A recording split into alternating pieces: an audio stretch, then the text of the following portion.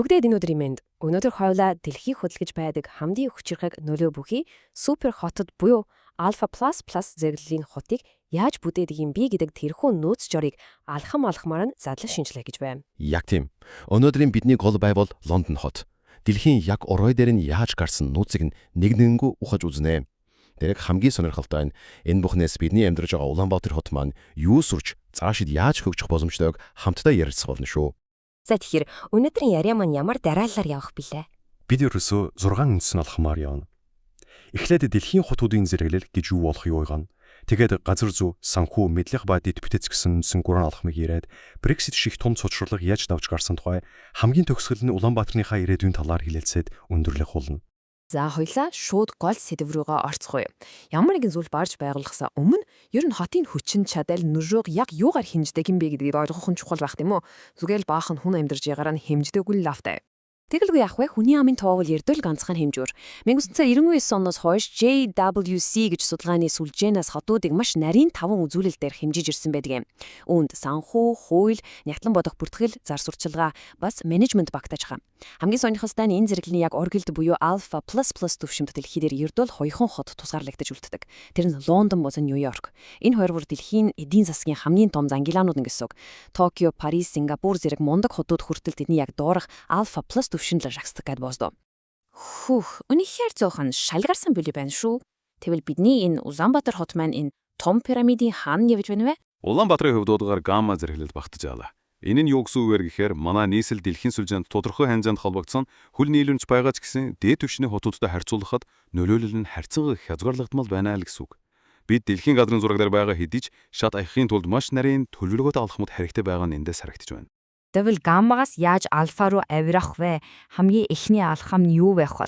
Зүгээр л хот руугаа асар их хэмжээний мөнгө цутгачвал болчих юм болов уу? Огтхоншгүй. Мөнгөөр худалдаж авч болдоггүй хамгийн чухал эхний орцвол газар зүй. Лондонны хувьд хэдийгээр яг UTC+ 0 цагийн бүсэд оршдог. Тийм шүү дээ. Энэ ч Азийн зах зээл хаагдах Америкийн зах зээл нэгдэх хөлдөө яг нэг өдөрт огтлцдог бохор санхүүгийн арилжаа хийж жинхэнэ алтан цагийг үүсгэдэг бохнэ. Яг зөв. Чи маш чухал цэгийн бариад авлаа. Бас Парис, Амстердам зэрэг Европын бүсэд төвүүдэд өргөргийн хувьд төгс зэрэгсэж уршноос гадна Темза мөрөн болон Европыг Атлантын далай зах холбох стратегийн гар зулдаг. Энэ хотод хизээц ялагдашгүй байгалийн давуу талыг өгч байгаа юм. Газар зүй гэдэг чинь үнэхээр биш батбах сүр юм байна. Тэгвэл энэ төгс байшлаа ашиглаад тэд хизээч зогсохгүй эдийн засгийн хувьдлогоороо яаж ухсарсан байх вэ? Энэ бол бидний хоёр дахь алхам. Зүгээр л хууль нам 20 буюу оны гадаад валютын арилжааны хэмжээг харахад л бүх зүйл тодорхой болно. Энэ тоо үнэхээр эрен мултармаар шүү. Дэлхийн нийт валют арилжааны 38.1% зөвхөн Лондон дангаараа удирдах байна. Юу гинэ? Нью-Йорк 10%, Токиод ч 4.4% байхад тэгэхэр чин Лондонгийнх Нью-Йорк, Сингапур хоёрыг нийлүүлснээс ч том байх гэсэн үг үү? Тийм ээ, үнэхээр гайхмаар яваач. Тэнд олон улсын нийт 20 том гаруй банк үйл ажиллагаа явуулж, санхүүгийн салбарт тэдний дотоодын нийт бүтээгдэхүүний 10% орчим хувийг дангаараа бүрдүүлдэг. Энэ асар том эдийн засгийн хөдөлгүүр нь л тэр Alpha+ статусыг нь ганхушгин болж өгч байгаа хэрэг. Санхүүгийн ийм асар том зүрхийг цахилуулахын тулд энэ улаан банк байгууллагуудад ажиллах дэлхийн хамгийн шилдэг тархнуудыг татах орчин хэрэгтэй болж таарна биз дээ. Энэ гурав дахь алхам руу хэрхэн шилжиж байгааг харцгаая. Тэгэлгүй явах вэ? Шилдэг хүмүүсийг татах хүчтэй соронц хэрэгтэй. Жишээ нь QS Chance-агаад ирэхэд 2 жагсдаг Imperial College, 9 дурдаг UCL гэх мэт шилдэг их сургуулиуд тэндэл байна. Бас 100 Лондонд байрлах бүхэл бүтэн 2.4 тэрбум долларын технологийн экосистемтэйгэд боддоо. Дээрээс нь Ясэй хүн амныхын дунд 300 гаруй хэлээр ярьдаг гэд бодохоор энэ ч зүгээр ч нэг хот биш. Соёлын асар том тогоо болж тарч байна. Британий музейн энтер гэдэл соёлын төвүүд нь дэлхийн өнцөг булан бүрээс хүмүүсийг татаж шин санаануудын огт олцол болгоод бахан штэ. Тийм шүү. Гэтэ энэ улан сая гайхалтай хүмүүсийг нэг дороос нөгөөрөө асар хурдтай гацалтгүй шилжүүлэх хэрэгтэй болно доо. Энд л дэд утасны гайхамшиг гарч ирнэ. Хитроны сонгоцны будал гэхэд зилдээ 79 сая зорчиг хүлээж авдаг. Харин хот дотроо нөгөө алдарт тьюб буюу метрон сүлжээн нь өдөрт 5 сая зорчигч гэрүүлдэг. Саяхан бүр Crossrail гээд шин шугам ашиглалтад оруулснаар хүчин чадлаа дахиад 10%-ээр шууд нэмчихсэн. Ёстой янзтай. Дэд бүтэц гэдэг энэ супер хотын цусыг эргэлдүүлж байдаг ол судасны юм байна. Хотоо амьд байлгахад энэ ямар чухал гэдгийг бид өөрсдийнхөө Улаанбаатарын өнөөгийн замын түгжрэл нийтийн тээврийн асуудалтай харьцуулаад хаахад маш тод ойлгож байна шүү. Гэхдээ мэдээж бүх зүйл дандаа дардан байхгүй шүү дээ.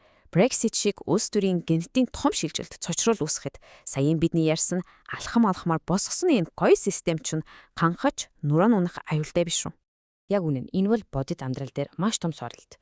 2 дахь оноос хойш Brexit-с болоод Лондон маш олон бэрхшээлтэй нүүр тулсан. Европын холбоовын зах зээл рүү шууд нэвтрэх эрхээ алдаж, Deutsche Bank, JP Morgan гээд хэд хэдэн том байгууллагууд үйл ажиллагааныхаа тодорхой хэсгийг Парис, Франкфурт руу нүлгээсэн. Гэхдээ л нийтдээ 2023 оны GWC-ийн жагсаалтад Лондон яг л нөгөө оргил дээрээ хамгийн өндөр оноодоо хിവэрэ үлдэж чадсан юм да. Хөх голф карцуудаа алж хаад байхад яаж тэр шүү дээ? Тим амархан уншихгүй байна гэдэг чинь юундаа байдаг хэрэг вэ? Энэ чил нөгөө альфа плюс хотын жинхэнэ нууц журам штэ. Тэд хизээч зөвхөн ганцхан салбараас хамааралтай байдаг. Газар зүй, санхүү, дэд бүтэц, соёл бас мэдлэг гэсэн энэ 5 том багнаа хоорондоо яг л гинж шиг нягт халбагдаж гайхалтай хүчтэй хамгаалалтын бамбайг үсгэдэг. Улс төрийн төвчрөл санхүүг нь хэсэг дөргөсөн ч дэлхийн шилдэг эсвгүүлүүд нь тэндэл байна. Хамгийн таатай цагийн бүс нь хэвээрээ соёлын татах хүч нь баяжл байна. Энэ 5 багныг тавланган нэгэн зэрэг нуран гэдэг бараг л боломжгүй зүйл байхгүй юу? Тэгэхээр энэ чинь л хотын жинхэнэ тэсвэр хадуучлын гайхамшиг гэдэг нь бахан нэрэ. За, ингээд бид дэлхийн супер хотын заагуур нууцыг мэдээд авлаа. Одоо тэгвэл энэ бүхнээ өөрсдийн Улаанбаатар хотынхоо хөрсөн дээр яаж буулгах вэ? Бидний ирээдүйд ямар боломж байна?